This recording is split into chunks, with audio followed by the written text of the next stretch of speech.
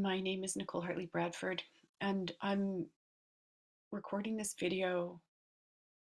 My purpose recording this video is to document from my experiment of holding space for three people and also a fourth, but the fourth person wasn't there in both sessions, to distill their bright principles as part of the bigger initiatory journey of distilling your destiny. And I had I had begun experimenting with holding space for others to distill their bright principles by first of all holding space for myself to distill my bright principles using the Bright Principles website and Clinton Callahan's book, the one that came before this one, which looks almost exactly the same, is called um, Directing the Power of Conscious Feelings, and this new edition is called Conscious Feelings, and its subtitle is Living Life Closer to Your Own Truth.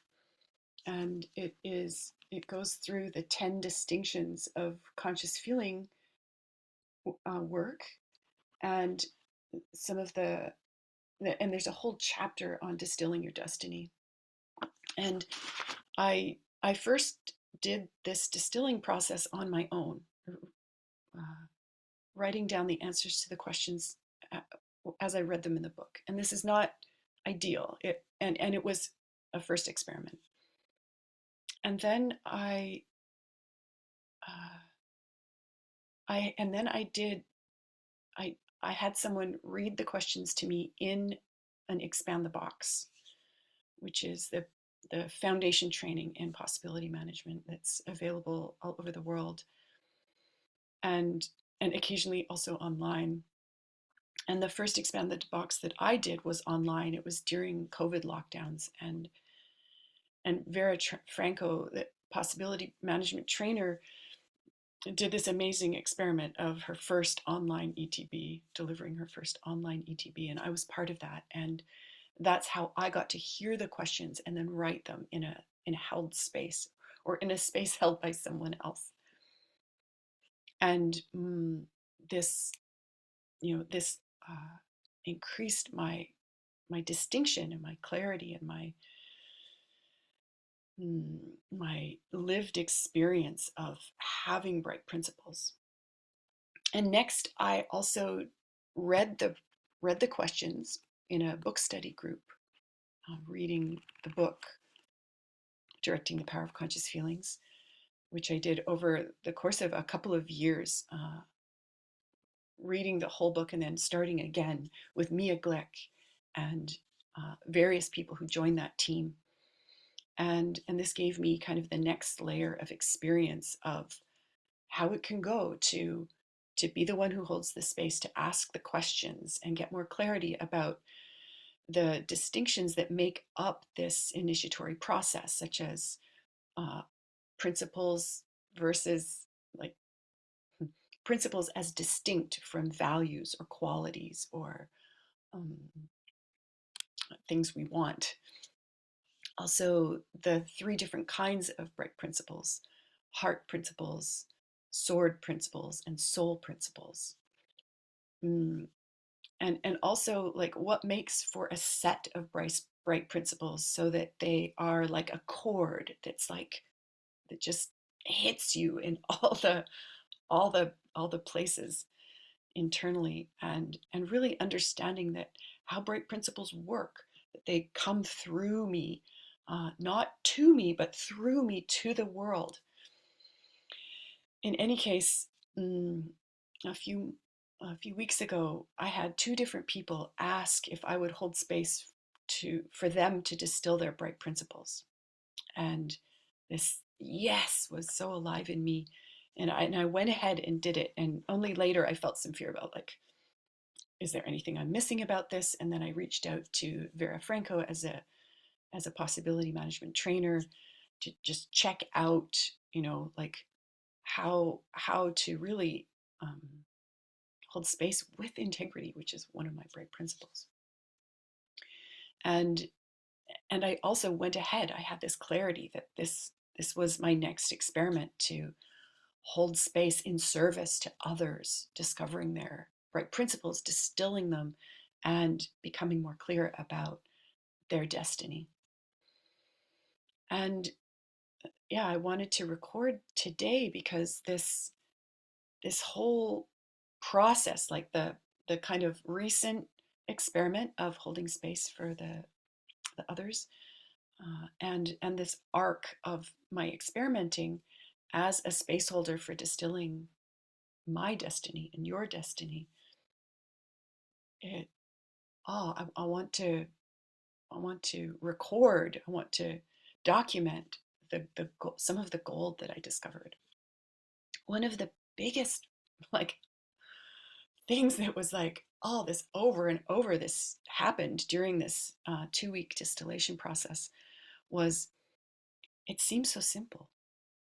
You know, answer these questions, pull out what your bright principles are, and declare that they are your bright principles, and start living with this clarity.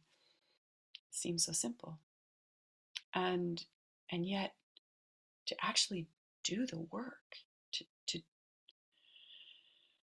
to kind of have all this written down of the answer to these questions, and then to discern and distinguish and pull out what are the principles that are the principles of my being, the principles that come through my space of being in service to the world. And to practice saying, for example, I am love, while another person witnesses and gives me feedback and coaching, or to be the witness while someone else declares, maybe for the first time ever, that they are one of their bright principles, and to give them feedback and coaching, and to be in this discovery process of what in my box, what in my system is blocking me from declaring that I am one of my bright principles. And then to have the person say back, you are love. And then what happens? And I really got this picture of this infinity symbol where I am love, you are love, and letting that in, and having it be this like this flow of everything that is about being my bright principles in action, and having that mirrored back to me, and being really so much my bright principle in action that it flows into me also, as well as out through and out. This came up again and again, the simplicity of the distillation process, and then the experiments that are part of the wider journey of distilling and living my destiny. And then of course holding space for others to do it, just like exponentially increased the it was like putting a big magnifying lens on this process, and on myself as a person alive in this process.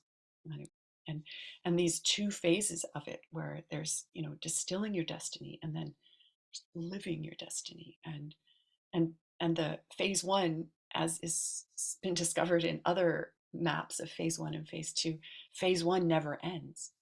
Phase one of conscious feelings work is getting your feelings back, and then using emotions for healing, so that I can use my feelings for handling my life. And this brings me into phase two, and that phase one never ends.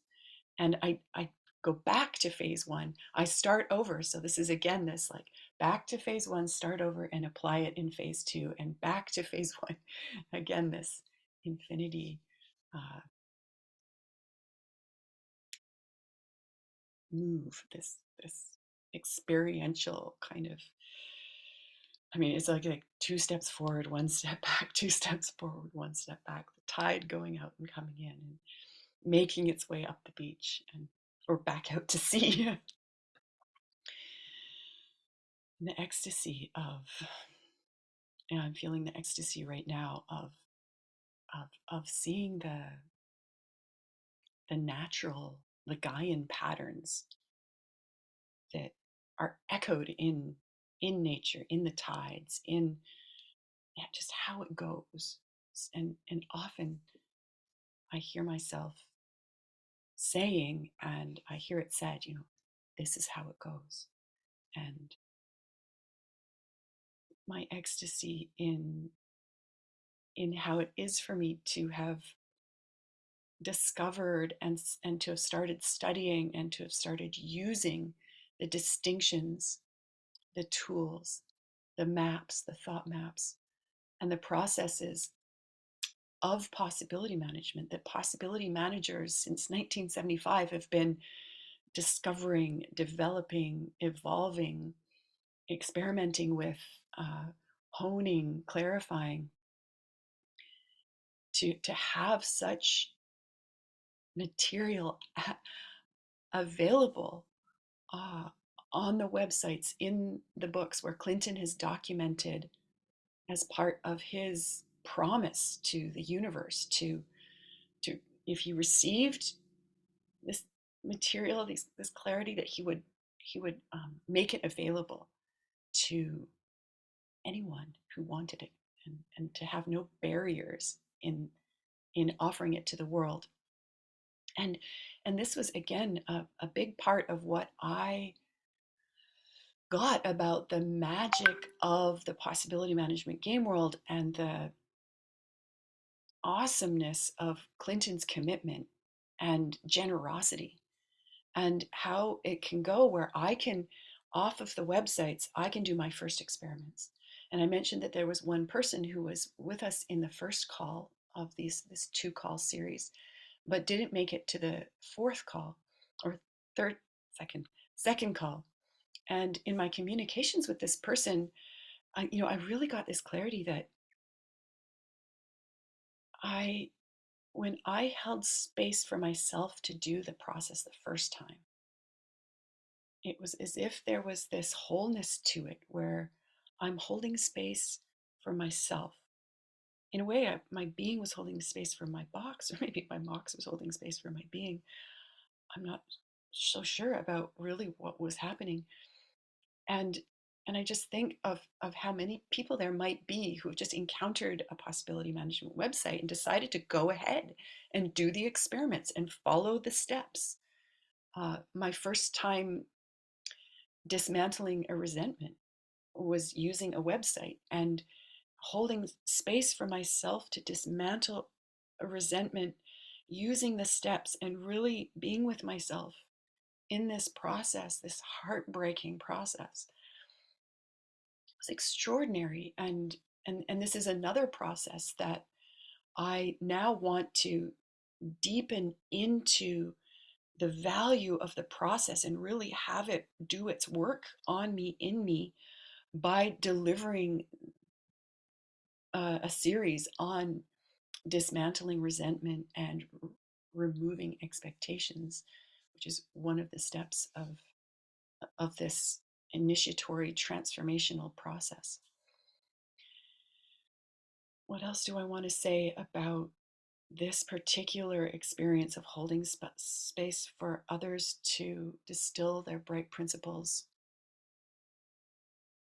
Really, it added mass to my bright principles, which is one of the steps in living your destiny and distilling and living your destiny. Mm.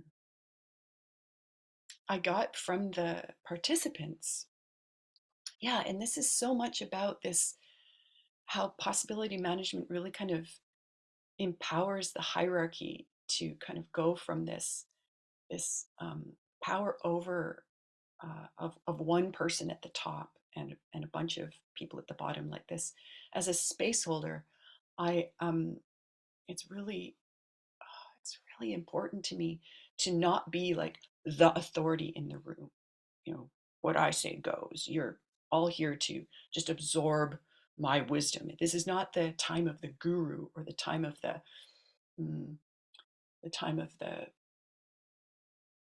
expert, who's delivering to the lower mat, like the higher person in the lower place. So possibility management tools, especially the parts that are about tourist technology and group work, really kind of make turns the triangle into a circle where the value of each person, the wisdom that they bring, the clarity that they bring, the possibilities that they bring, the questions that they bring, the reflections they bring, the observations they bring, this power of noticing, where the participants, even though one of them was brand new to possibility management and the other two are also quite new, things they said landed in me and built my matrix, like just wow, like nourished my mental body, my energetic body, like, and really like brought my jacking in to my archetypal body, like even more uh like solid, like complete, thorough, like it brought me more into my archetypal body to hear what they brought and have it land in me, and to have also, as I've gone through rage club space holding and fear club space holding, to be able to hold space with this clarity, also this fear, the conscious fear, and noticing how emotional fear kind of closes me and limits me and kind of brings me into this kind of, I'll be the teacher, and it's not about what they say, it's me, it's a delivery system, it's going this way. And and to instead have this like fear club be or my fear conscious fear work, uh, empowering this shift in my system from this tight kind of going up into my head and up into this be an authority um, positionality, and and have instead my bringing awareness to my unconscious fear and opening so that my fear is running throughout my whole system. It's not isolated and kind of being stashed away in the back of my neck, in my mouth, in my solar plexus, in my system at large. It's like holding my bubble really close, or holding part of my bubble close and the rest of it kind of going, whoa, like, I've got to include everyone. I've got to rescue everyone. I've got to make sure everyone else is okay so that I can be okay. This is how it used to be for me most of the time. And to be able to feel my fear in this open, free running way as as an expansive move, as a move that really expands possibility in this space, so that I can see when a person has something to say and I can have my sword to stop them, and also my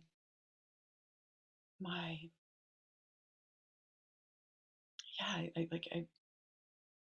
I saw something recently about this gesture that comes from Buddhism. I mean, I'm sure it exists in other places, this kind of boundary of stop or no, and this yes, this like come closer, let it out, bring it, and it's like go, and as a come bring it to me, like, and to be in this way of and I'm seeing the infinity symbol again. It's like, okay, this multi-directional mm, flow of everything, uh, and and and to sometimes be like, wait, do it, try it this way, and stop. Here's a possibility for you. Take it and go with it if you want to. Mm. This was also really part of this space. Is there anything else? Yeah, I come back to this, the simplicity and power of this distillation process, and of so many of the initiation processes that have been discovered and are offered through possibility management in the game world of possibility management. And I so look forward to being in another Expand the Box space very soon. And I wonder if we will also go through the distillation of bright principles process, and what will happen then. Mm. And yeah, just again, my ecstasy, my gratitude to the experimenters of possibility management, the trainers, the space holders, my fellow experimenters, and the people who are asking me to turn around and deliver, hold space for them to go through some of the expansive initiatory processes that I've been honored and blessed and privileged to go through myself. Thank you for watching, and yeah, bring on your questions. I'd be glad to hear them. Goodbye for now.